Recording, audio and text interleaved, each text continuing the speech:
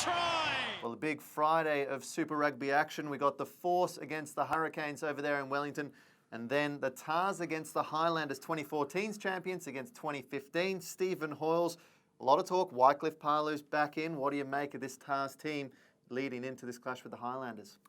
Well, they've had the week off, the Tahs, so they've had a chance to train hard and work even harder on their combinations. Cliffy Palu back, well, everyone knows what he can do to a side, both on and off the field. He gives those in and around him a huge amount of confidence, having played a lot footy with Cliff. I know that you like having him out on the field. He's one of the very few players that has a bit of fear factor in him, and he's got a very big aura about himself. So a huge game, and no one's really talking up the Tahs at the moment, and they'd probably like that. Last couple of years, they've been favourites, and everyone patting them on the back, but at the moment, they're flying under the radar a little bit, and this is a good test for them. So we'll see where the Tahs are really at after this week against a very good Highlander side. Well, the Highlanders are exceptionally good in attack, and Nathan Gray, the Waratahs defence coach, spoke about how to defend against such an attacking team. You just can't take a breath. You've got to make sure that, whenever the ball is in play, and sometimes when it's out of play in terms of quick line-outs, that you're on your toes and you're ready to go. So I think a heightened awareness around the opportunities that can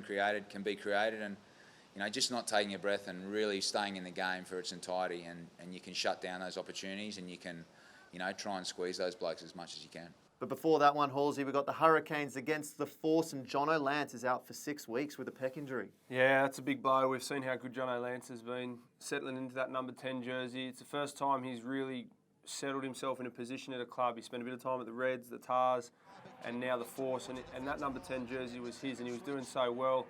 Admittedly, wearing the headgear looking a little bit odd. I think that's because he's going a little bit thin on top, old Jono. Oh, but I see. Know the feeling, Jono, hence why I've worn headgear for a long time. But I think Jono out for 6 weeks is a big loss to them, and this is their first big test, travelling over to New Zealand. It's going to be hard to stop the Canes, who got their first win of the season last week. So the Force's first big challenge for the season.